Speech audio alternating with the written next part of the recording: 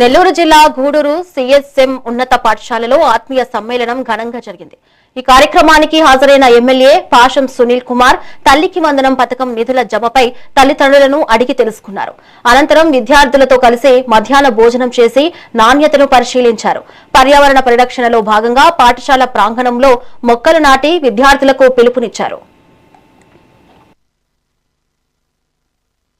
22వ తేదీ అందరికీ ఈ యొక్క తల్లికి వందనం అనేటువంటి డబ్బులన్నీ కూడా తల్లుల ఖాతాలో జమ చేశాం. అలాగే ముఖ్యంగా ఒకటవ తరగతి నుంచి 12వ తరగతి వరకు సంవత్సరానికి 13,000 ఈ యొక్క తల్లికి వందనం పేరు మీద తల్లిదండ్రుల ఖాతాలో పడుతుంది. నెక్స్ట్ ఇయర్ నుంచి అంగన్వాడీ స్కూల్లో చదివేటువంటి వాళ్ళకు కూడా ఈ యొక్క కార్యక్రమం కూడా ఎక్స్పెరిమెంట్ చేస్తామని కూడా పెద్దలు ముఖ్యమంత్రి గారు లోకేష్ బాబు గారు చెప్పిన విషయాన్ని కూడా ఒకసారి అందరూ కూడా గుర్తు చేస్తున్నానమ్మా.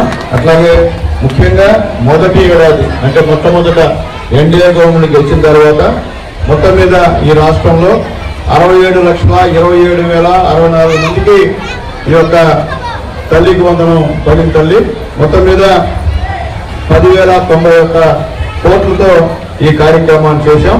అలాగే రెండవ ఏడాది 67,47,190 మంది విద్యార్థులకి ఈ తల్లికి వందనం తల్లుల ఖాతాలో వేశాం. అది కూడా 10,120 కోట్ల 75 లక్షల రూపాయలు అని చెప్పి కూడా చెప్పక తప్పదని చెప్పి నేను తెలియజేస్తున్నానమ్మా.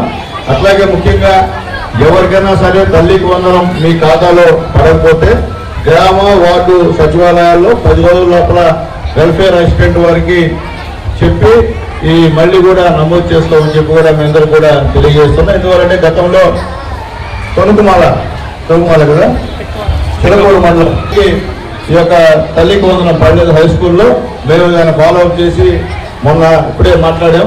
అందరూ కూడా పడిందని చెప్పి చెప్పారు. కాబట్టి ఎవరు కూడా ఖచ్చితంగా రానప్పుడు ఖచ్చితంగా మీరు నేను చెప్పే విధంగా అక్కడ కంప్లైంట్